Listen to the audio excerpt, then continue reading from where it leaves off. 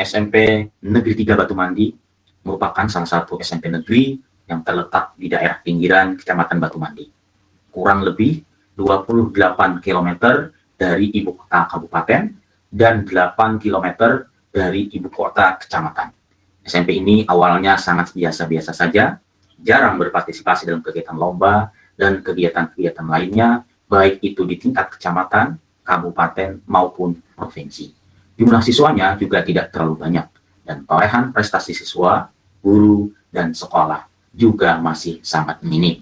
Selain itu, sekolah ini juga memiliki berbagai keterbatasan sarana prasarana dan keterbatasan guru yang mengajar, terutama untuk guru olahraga, seni budaya, dan baca tulis Al-Quran. Kurangnya peran komite dan orang tua dalam kegiatan dan program sekolah juga sangat terasa. Ditambah lagi tingkat pendidikan orang tua yang masih minim dan sebagian besar hanya lulusan SMP sederajat.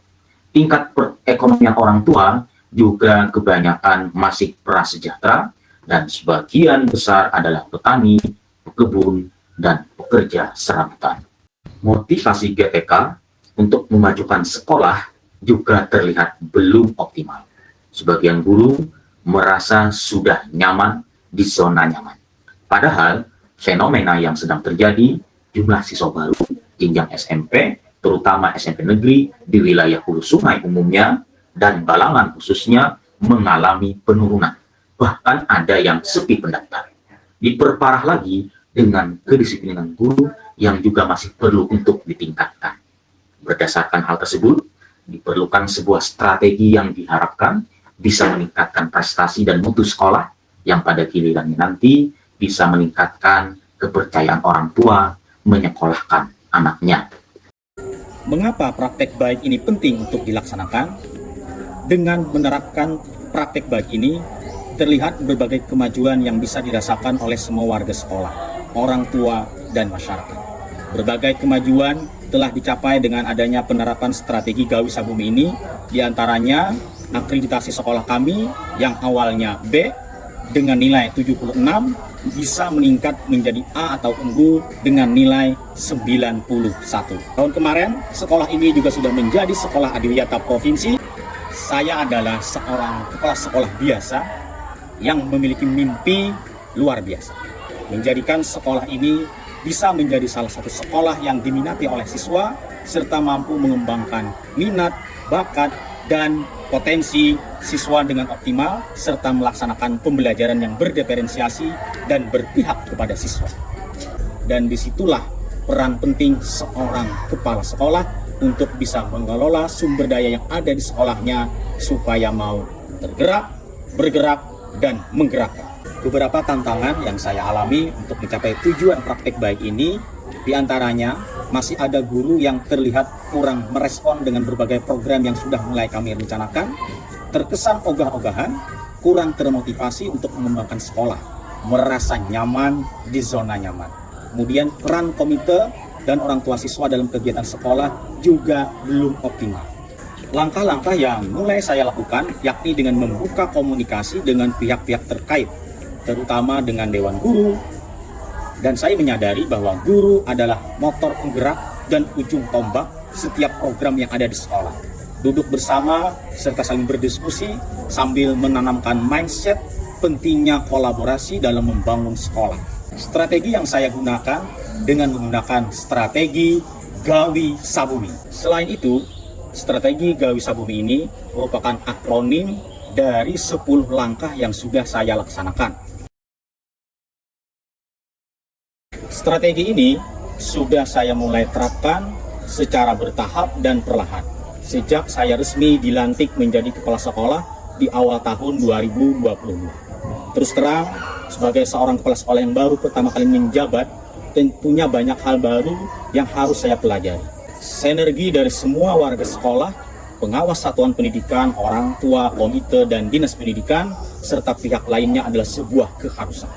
Saya meyakini tanpa adanya sinergi yang baik dari semua pihak akan sangat sulit untuk mencapai harapan yang diinginkan. Guru adalah aset dan sumber daya utama dalam menerapkan strategi Gawi Sabumi ini. Guru adalah motor penggerak setiap program dan setiap kegiatan. Guru selayaknya seorang siswa, juga memiliki keunggulan dan potensi yang berbeda-beda. Kenali keunggulan dan potensi guru tersebut agar mereka bekerja dengan nyaman dan optimal. Strategi Gawi Sabumi, seperti yang sudah saya paparkan di bagian depan tadi, merupakan istilah yang diambil dari bahasa dan kearifan lokal suku Banjar, serta merupakan akronim dari 10 langkah yang sudah saya lakukan sebagai seorang kepala sekolah. Dimulai dari G yang pertama, gali semua potensi dan sumber daya yang ada di sekolah. Setiap sekolah mempunyai aset, potensi, dan sumber daya yang berbeda-beda. Untuk menggali potensi dan sumber daya sekolah ini, saya lakukan melalui kegiatan diskusi dalam Kombel, serta rapat bulanan yang rutin kami laksanakan setiap tanggal 25 tiap bulannya. Guru yang memiliki kemampuan IT melaksanakan tugas yang berkaitan dengan IT, misalnya menjadi pengelola e-kinerja, pengelola e-raport, dan lainnya. Yang kurang memiliki kemampuan di bidang IT, kita arahkan di bidang yang lain, misalnya keagamaan, adiwiyata, sekolah sehat, kepramukaan, dan lain. A.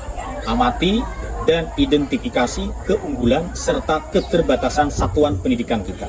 Setiap sekolah punya keunggulan serta keterbatasan. Kepala sekolah harus jeli dalam mengamati keunggulan dan keterbatasan di satuan pendidikannya.